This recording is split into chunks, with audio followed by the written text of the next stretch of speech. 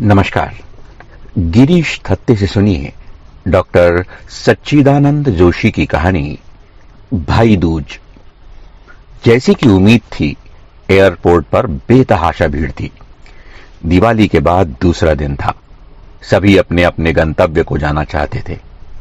वैसे तो दिन भाई दूज का था, लेकिन मेरी जिंदगी में शायद अब इस दिन की कोई महत्ता नहीं बची थी। रविवार होने के कारण सभी ने सोचा होगा कि अगले दिन से काम शुरू हो जाए। पहले टर्मिनल के अंदर जाने की मारामारी, उसके बाद सिक्योरिटी के लिए लंबी कतारें, उस पर लोगों का उतालापन अलग से खींच पैदा कर रहा था। वह तो भला हो अजय का, जिसने वेब चेक इन कर बोर्डिंग पास ला दिया, वरना चेक इन काउंटर पर लगी कतार देखकर दिल ही बैठा जा रहा था। एक तरह से अच्छा ही हुआ कि बहुत कहने के बाद भी मां के दिए कंबल और चादरें वहीं छोड़ दिए, नहीं तो सामान ज्यादा हो जाता और उसे भी चेक इन लगेज में डालना पड़ता। आजकल तो बैगेज ड्रॉप की भी लंबी लाइनें होती हैं। सिक्योरिटी में आधा घंटा लग गया। सभी जाने की जल्दी में थे। त्योहार से लौटने के कारण शायद शारीरिक और मानसिक दोनों ही तरह की थकान सबके चेहरे और व्यवहार में झलक रही थी। ऐसे में आपस में वाद विवाद होना स्वाभाविक ही था। मन तो था कि एक दो दिन और रुक जाऊं। मां ने कई बार कहा भी, लेकिन पहले ही 2 बार टिकट बदलवा चुका था और फिर यह वाला टिकट तो नॉन रिफंडेबल था। दिवाली में घर आना है, इसलिए बहुत पहले से इन तारीखों के टिकट बुक करवाए थे। तब भी टिकट खासी महंगी ही थी। लेकिन फिर अचानक पापा के हार्ट अटैक और फिर ऑपरेशन की खबर आई तो जल्दी आना पड़ा। पापा को दिल का दौरा पहली बार पड़ा था। उनकी 3 आर्टिलरी ब्लॉक थी। ऑपरेशन करना ही एकमात्र विकल्प था। पिछले 2 हफ्ते बहुत तनाव में बीते। दिवाली तो बस आई और चली गई। भगवान का शुक्र है कि पापा का ऑपरेशन ठीक से हो गया। अब उनकी देखभाल करनी है। संयोग से एक एजेंसी के माध्यम से मेल नर्स भी अच्छा मिल गया, जो पूरा दिन पापा के साथ रहता है। इससे मां को थोड़ा आराम मिल जाता है। पूरा दिन बेचारी घर के कामों और पापा की सेवा में लगी रहती है। ऊपर से दूसरे सामाजिक लोकाचार निभाने का भी जिम्मा उन्हीं का है। वह तो नर्स के लिए मना ही कर रही थी, लेकिन जिद करके लगवाया और कसम दी कि कम से कम उसे 1 महीने तक लगा रहने दो। मां की तो बस एक ही रट थी, मैं कर लूंगी सारा काम, मुझे नहीं अच्छा लगता कोई दूसरा बाहरी आदमी पूरे समय घर में घूमता रहे, सिर पर सवार रहे। हार कर डॉक्टर से ही कहलवाना पड़ा। तब जाकर मां ने नर्स रखने की बात मानी। सिक्योरिटी के झंझट से निकलकर वेटिंग लाउंज में आया तो देखा वहां तेल रखने की जगह नहीं थी। एयरपोर्ट का हाल किसी कस्बे के बस स्टैंड से भी बदतर था। लोग जमीन पर भी पेपर बिछाकर बैठे थे। कुछ फ्लाइट्स लेट चल रही थी, उसके कारण भीड़ कुछ ज्यादा ही थी। अभी फ्लाइट में समय था। इधर उधर कहीं बैठने की जगह नहीं थी, तो सोचा कॉफी पी ली जाए। कॉफी शॉप के पास कुर्सियां होती हैं बैठने के लिए, इसलिए वहां बैठने की संभावना अधिक थी। जो ही कॉफी शॉप की ओर मुड़ा तो सामने कॉफी शॉप पर खड़ी दीदी दिख गई। उसे यूं देखकर एक क्षण को तो स्तब्ध रह गया। क्या किया जाए, कुछ सूझ ही नहीं रहा था। संकोच भी था और गुस्सा भी। दीदी यानी मेरी बड़ी बहन, मुझसे 3 साल बड़ी है। आईआईटी कानपुर से इंजीनियरिंग की पढ़ाई पूरी करके 2 साल नौकरी के लिए अमेरिका में थी। हम सबके लिए आशा का केंद्र और हमारे परिवार की धुरी थी हमारी दीदी।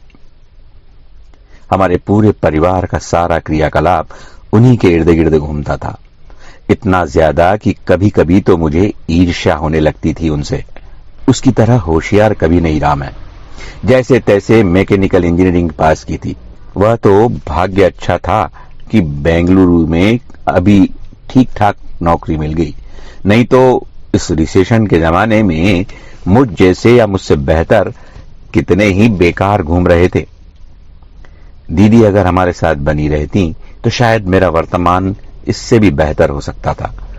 लेकिन 8 साल पहले दीदी के एक निर्णय ने हमारे परिवार में भूचाल ला दिया।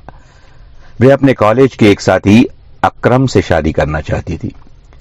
बाद में तो यह भी मालूम पड़ा कि वे लोग तो अमेरिका में साथ ही रह रहे थे। इस विवाह को हमारे परिवार में सहमति मिलना संभव ही नहीं था।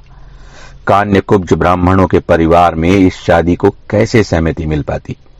माँ पापा ने उन्हें लाख समझाया, लेकिन वे अपनी जिद पर अड़ी रही। हार कर माँ पापा ने उनके लिए घर के दरवाजे बंद कर दिए। पिछले 8 साल से हमारा उनसे कोई संबंध नहीं था, न माँ पापा का न मेरा। गुस्सा तो मुझे भी बहुत आया था। कम से कम इतना बड़ा निर्णय लेने से पहले अपने छोटे भाई को, जिसे तुम अपना राजदार मानती हो, एक बार बता तो सकती थी। अभी उसकी खबर मिलती रहती है दोस्तों के जरिए। उसके एक बेटा एक बेटी है और वह अभी कनाडा में है। संयोग ऐसा रहा कि इन 8 सालों में उनसे कभी मुलाकात नहीं हुई। अकरम भी दिल्ली का ही है और उसके परिवार में दीदी का आना जाना है। लेकिन दिल्ली इतना बड़ा शहर है कि उसमें यदि कोई न चाहे तो बरसों बिना मुलाकात के रह सकता है। कॉफी शॉप से दीदी ने देखकर हाथ हिलाया तो मुड़कर जाने का मन नहीं हुआ। शायद मैं उन्हें यह बता देना चाहता था कि कितनी बड़ी आपदा से उबरे हैं हम लोग। कैसा है तू? दीदी ने पूछा। ठीक हूं, तुम ठीक हो ना? मैंने संक्षिप्त उत्तर दिया। हाँ, भली चंगी हूं। हो गई दीपावली? दीदी ने पूछा। तुम्हें शायद पता नहीं होगा, पापा की बाईपास सर्जरी हुई है 2 हफ्ते पहले। भगवान की कृपा है कि सब समय से हो गया, नहीं तो क्या अनिष्ट हो जाता कह नहीं सकता। 15 दिन अपोलो हॉस्पिटल में थे। न चाहकर भी मन की कड़वाहट बाहर आ ही गई। मन ज्यादा खट्टा इसलिए हो गया था कि दिल्ली में होकर भी उसने पापा की कोई खोज खबर नहीं ली थी। तो कुछ दिन और रुक जाता उनके पास। दूर से उपदेश देना आसान है दीदी। मेरी नई नौकरी है, उसमें भी मैं 15 दिन छुट्टी ले चुका हूं। मैं महीने भर बाद 2 बार आऊंगा। अभी एक मेल नर्स का इंतजाम कर दिया है। मां अकेली क्या क्या करेगी? मुझे तो उनकी चिंता होती है, दीदी ने कहा। वह प्रश्न तो नहीं था जिसका उत्तर दिया जा सके, लेकिन दीदी को लेकर मेरी चिढ़ लगातार बढ़ती जा रही थी। कोई कैसे अपने आप को इस तरह काट सकता है अपने परिवार से?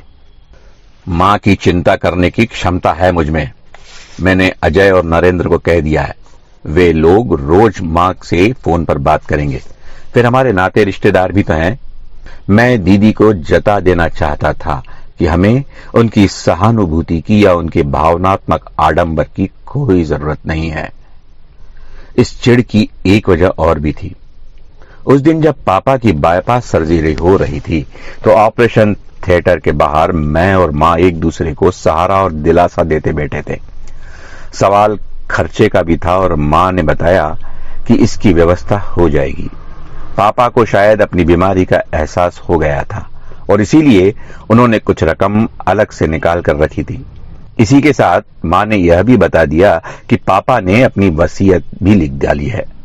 इस वसीयत में पूरी संपत्ति के 3 बराबर हिस्से किए हैं उन्होंने, एक मां का, एक मेरा और एक दीदी का। इतना आश्चर्य हुआ था जानकर। मैंने तब भी मां को पूछा, दीदी को? उसे क्यों? वे तो हमसे बिल्कुल भी रिश्ता नहीं रखना चाहती और आप लोग उसे सिर चढ़ाया जा रहे हैं। तब मां ने कहा था, बेटा, बच्चे कितना ही मुंह फेर ले मां बाप से, लेकिन मां बाप तो बच्चों से मुंह नहीं फेर सकते ना। आखिर बिटिया है हमारी, हो सकता है उसे कभी हमारी जरूरत महसूस हो। दीदी को पता है इस बारे में? मैंने पूछा था। नहीं, उसे कुछ नहीं मालूम और तू भी उसे कुछ मत बताना, कसम है तुझे मेरी, मां ने कहा और विषय वहीं समाप्त हो गया। ऑपरेशन और अस्पताल का खर्चा मां पापा के रखे पैसों से ही करती रही। उस समय मां से कुछ नहीं कह पाया था, लेकिन वह गुस्सा मन में अभी भी बना हुआ था। मन तो हुआ कि दीदी को बता दूं कि जिस पिता से तुम्हें मिलने की इच्छा तक नहीं हुई, देखो वह तुम्हारे लिए कितना सोचता है। लेकिन जिसका दिल पत्थर का हो गया हो, उसे यह सब कहने से क्या फायदा। कॉफी पिएगा? दीदी ने पूछा तो विचारों की तंद्रा टूटी। मेरे हां या ना कहने से पहले ही उन्होंने 2 कॉफी का ऑर्डर काउंटर पर दे दिया। मैं जेब से पैसे निकालने लगा तो बोली, रुकना, दे रही हूं पैसे, जानती हूं बहुत बड़ा आदमी हो गया।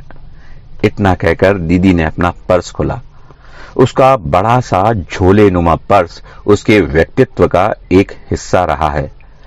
उसमें से चीजें निकालना यानी समुद्र मंथन करने जैसा होता है, लेकिन वे हमेशा से ही ऐसी हैं। पर्स में से बटुआ निकालते समय एक बड़ा लिफाफा नीचे गिर गया। इससे पहले कि दीदी लिफाफा उठाने झुकती, मैंने लिफाफा उठा लिया।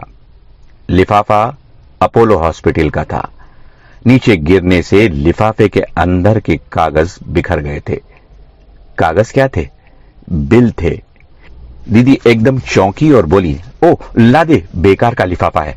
और इतना कहते हुए उन्होंने लगभग मेरे हाथ से लिफाफा छीनकर उससे नीचे बिखरे हुए कागज समेटे और पर्स में रख लिए। इतनी तेजी करने के बाद भी अपोलो हॉस्पिटल के उन बिलों पर पेशेंट के रूप में पापा का नाम मैं साफ साफ देख सकता था। धन्यवाद।